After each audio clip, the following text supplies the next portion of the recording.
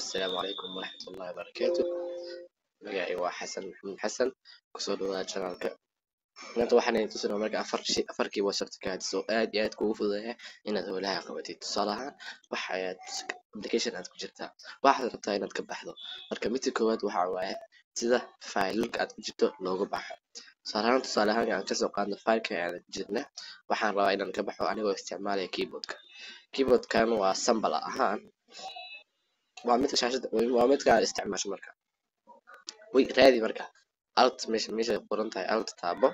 markaad alt taabatid waxaad taabataa F4 halka ay qoran tahay F4 application-kan midkaas alt ayaa taabanaysaa midka hore. alt adigoo haya farta ku haya ayaad waxaad taabanaysaa F4. markaad taabato application-kaasi uu iska bixi doonaa. marka saas ayuu uga bixi doonaa. tusaale ahaan aan ku celiyo yes waa kala uga baxayaa. marka haddaan mar kale aan isku dayo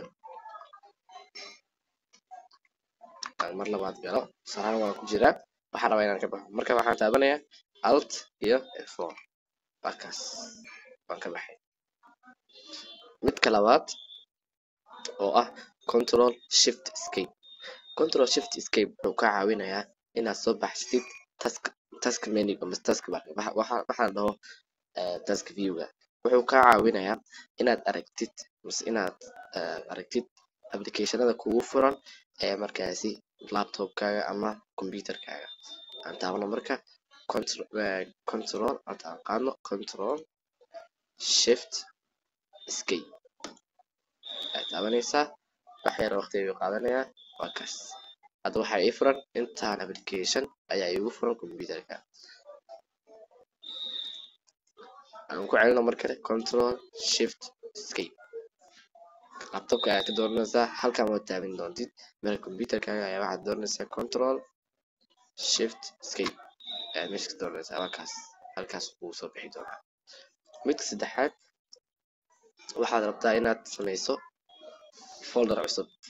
midkan camal ayaa la dhahaa folder cusub ayaad rabtaa inaad sameyso. waxaad taabanaysaa control shift iyo xarafka N.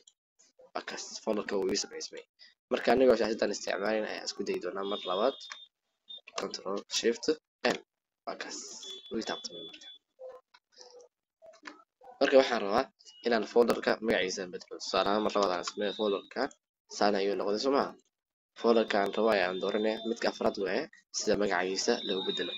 folderka ayaan dooranayaa waxaan taabanayaa F2 haddaad rabtid inaan kutuso qaybta sare ayay yeeshaa inta badan. waa kaas qaybta sare function-kiisa ayaan dhahaa F2 ayaa dooranaysaa. markaas wuu ku doorayaa. markaas magaca rabtid ayaa gelinaysaa.